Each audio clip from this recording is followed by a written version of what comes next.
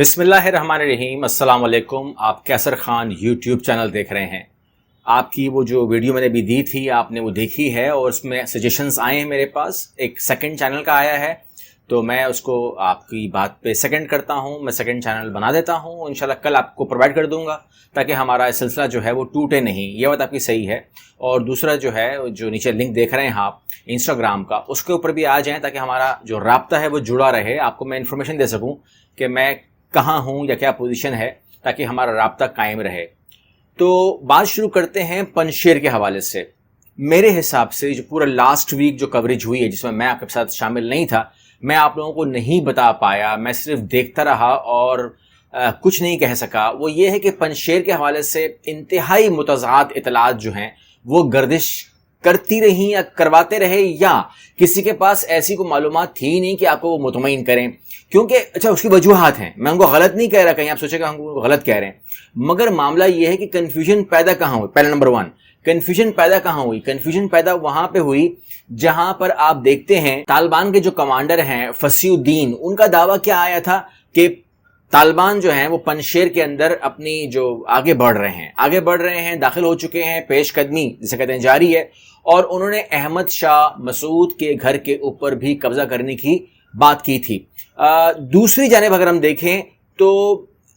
جو احمد شاہ مسعود کے بیٹے ہیں انہوں نے کہا کہ میں اپنی گردن کٹانے کو ترجیح دوں گا، میں مرنے کو ترجیح دوں گا، مگر میری ڈکشنری کے اندر لفظ سرنڈر ہے نہیں، تو میں طالبان کے سامنے ہتھیار نہیں ڈالوں گا۔ تو پھر کہ آج کیا ہو رہا ہے؟ آپ سوال کر سکتے ہیں کہ یہ دونوں تو دعوے بڑے الگ الگ ہیں، اور یہی سن کر جو ہے جو آپ کے وہ والا میڈیا ہے وہ لے گئے احمد شاہ مسعود کے بیٹے کے حوالے سے بات کہ سرنڈر کبھی نہیں ہوگا اور جنگ لڑیں گے، یہاں سے ہم نیا معاملہ شروع کریں گے، افغانستان پر شاید قبضہ کریں گے اینڈ سو آن۔ اور دوسری جانب جو ہے جو فصیح الدین صاحب کا جو بیان تھا اس کے مطابق جو ہے ہم سمجھ رہے تھے کہ شاید ایک آدھ دن کے اندر پنجشیر بھی گر جائے گا، لیکن آج کی میں آپ کو اپڈیٹ دے دوں کہ آپ کو معلوم ہے کہ ہم بات کریں گے ذمہ داری کے ساتھ، اور وہ یہ ہے کہ لیٹسٹ اپڈیٹ یہ ہے کہ دونوں پارٹیز کے اندر یعنی کہ طالبان میں اور شمالی اتحاد میں اس ٹائم امن معاہدہ ہو چکا ہے، ایک کمپلیٹ نہیں ہوا ہے لیکن امن معاہدہ ہو گیا ہے، اور اس امن معاہدے میں اب تک جو شک کے اوپر دونوں راضی ہوئے ہیں وہ یہ ہے کہ دونوں ایک دوسرے پہ حملہ آور نہیں ہوں گے، حملہ نہیں ہوگا۔ تو یہ اپڈیٹ ہے، تو دونوں پارٹیوں کے اندر سے جو بات نکل کر آئی ہے، تو پھر کیا ہوگا؟ کنفیوژن آ گئی نا دوبارہ سے۔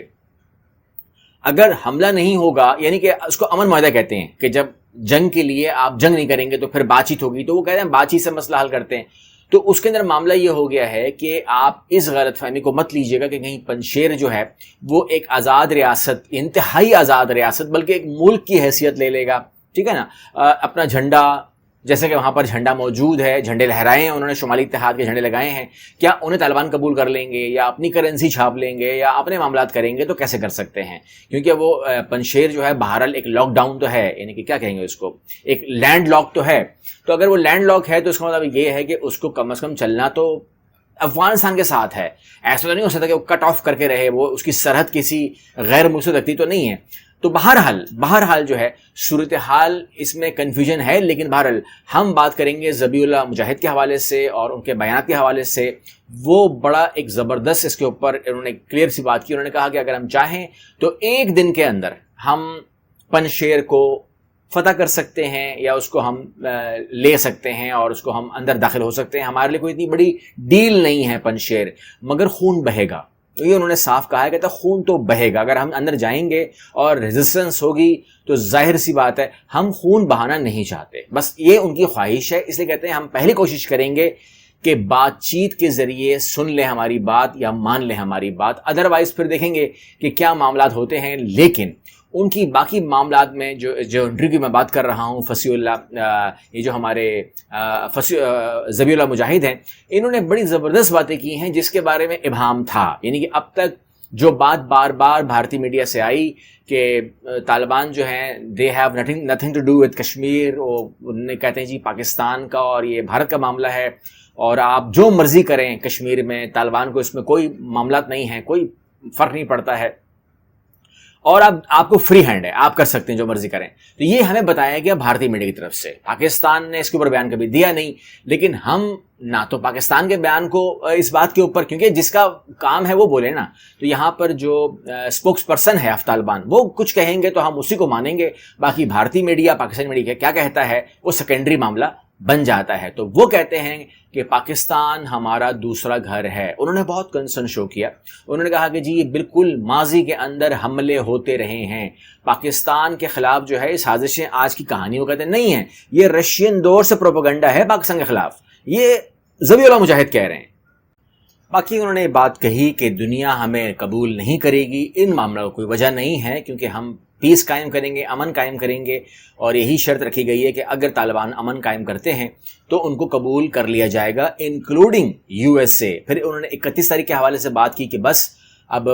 ڈیڈ لائن ہے اور ان کو یہاں سے نکلنا ہے. تقریباً 5000 سے زیادہ فوجی جو ہیں وہ کابل ایئرپورٹ پہ کھڑے ہیں, اور ترکی نے اعلان کر دیا ہے کہ ہم یہاں سے نکل رہے ہیں. اب اگر جو نکلنے کی بات انہوں نے کی ہے تو یہاں پر میں انفارم کر دوں کہ طالبان میں اور ترکی میں اس ٹائم کوئی اختلاف باقی رہا نہیں ہے جہاں تک میں دیکھ رہا ہوں. یعنی کہ اب تو میں یہ دیکھ رہا ہوں کہ طالبان نے ان کو ریکویسٹ کی تھی کہ اگر آپ اس کو سسپینڈ کرنا چاہیں اپنے منصوبے کو تو آپ رہ سکتے ہیں یہاں کابل ایئرپورٹ کی سیکورٹی کے لیے, مگر وہ چونکہ ڈیسیجن لے چکے ہیں جانے کا, کیونکہ پہلے طالبان نے صاف کہا تھا کہ چلے جائیں, تو وہ کہتے ہیں کہ جی اب ہمارا آپریشن شروع ہو چکا ہے اور ہم اپنی پوری فوج کا انخلا کمپلیٹ کریں گے. جب کمپلیٹ کر لیں گے 31 تاریخ کو امریکہ نکل جائے گا, تو اس کے بعد اگر طالبان نے ہم سے کوئی درخواست کی تو اس پر عمل کیا جائے گا. اس ٹائم کوئی اختلاف جو ہے, جو لوگ چاہتے تھے کہ اختلاف پیدا ہو, مگر وہ ختم ہو چکا ہے. اب میں آپ کے سامنے وہ بیان پڑھتا ہوں جو بیان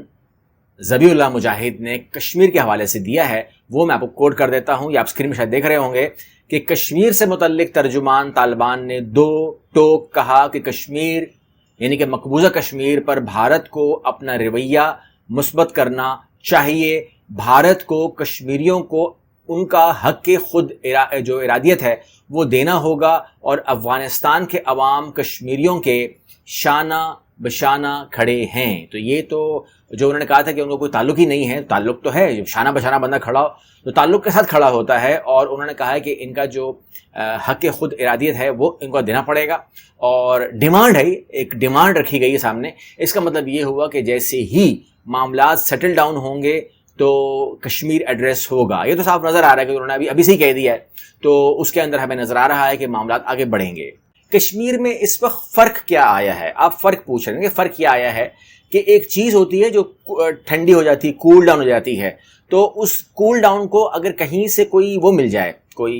ایگزامپل مل جائے, تو وہاں پر نیا جوش, نیا بلبلہ آتا ہے. اب طالبان جو ہیں وہ مٹھی بھر طالبان, 50-60 ہزار لوگ جو ہے وہ کہاں دنیا بھر جہاں جمع ہو, 50 ملک جہاں جمع ہو, جہاں پر ان کی اپنی ذاتی فوج 3.5 لاکھ کھڑی ہو, جہاں پر ایک معاملہ ہو, وہاں پر تو جیتنا ناممکن سی بات ہوتی ہے. امریکن ویپنز, امریکن پیسہ, امریکن تمام چیزیں ہوں, اور نیٹو بھی کھڑی ہو, تو پیچھے کیا رہ گیا؟ طاقت کون سی چاہیے ان کو؟ تو یہ تمام تھا ان کا بیک اپ, اور یہ تھا ان کا جو فرنٹ میں لڑنے والے لوگ تھے. اور پھر فضائی معاملات بھی ان کے اسٹرانگ تھے, جہاز, ایروپلین, جیٹ فائٹرز, ہر قسم کے ہوں گے, ہر نسل کے ہوں گے, ڈرون وغیرہ. لیکن وہاں پر طالبان نے یہ ثابت کیا کہ جب ہم آئے تو میں آپ کو اشرف غنی کا بیان اگر بتاؤں تو اشرف غنی نے کہا کہ وہ مجھے ڈھونڈ رہے تھے. یعنی کہ یہ آن ریکارڈ ہے, آپ نے سنا ہوگا, پہلے بھی میں نے بتایا ہوگا, اور یہ ٹویٹ کیا انہوں نے کہ وہ مجھے ڈھونڈ رہے تھے محل کے اندر, اور مجھ پر یہ الزام ہے کہ میں $169 ملین جو ہے وہ لے کے بھاگا ہوں. ابھی 2 امریکنز نے کہا ہے, سینیٹر نے, کہ اس کو آپ پوچھو کہ پیسہ جو ہے واپس کرو, یعنی کہ وہ پیسہ افغانستان کو مت دو, امریکہ کو واپس کرو, وہ پیسہ ہمارا ہے. تو اس پر اس نے بولا کہ جی $169 ارب تو میرے پاس, ملین ڈالر تو میرے پاس نہیں ہے, میں چپل بھی نہیں پہن سکا تھا, یعنی کہ میں چپل چھوڑ کے بھاگا ہوں. تو کہنے کا مطلب یہ ہے کہ یہاں پر اشرف غنی کو تو ہم ڈسکس نہیں کر رہے, لیکن یہ ہم کہہ رہے ہیں کہ جب طالبان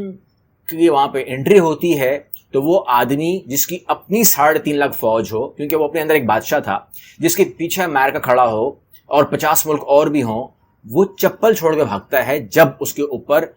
40-50 ہزار لوگ آ جاتے ہیں, ایمان لے کے آ جاتے ہیں, تو ایمان کے ساتھ آ جاتے ہیں, تو یہ فیس نہیں کر سکتے. تو یہ خوف یا یہ ایلیمنٹ یا یہ جو معاملہ ہے یہ ڈسکس ہوا ہے کشمیر کے اندر. چینل کو سبسکرائب کیجئے, ویڈیو کو شیئر کر دیا کریں اور لائک کر دیا کریں, کیونکہ لائک کرنے سے مجھے سپورٹ ملے گی. اللہ حافظ.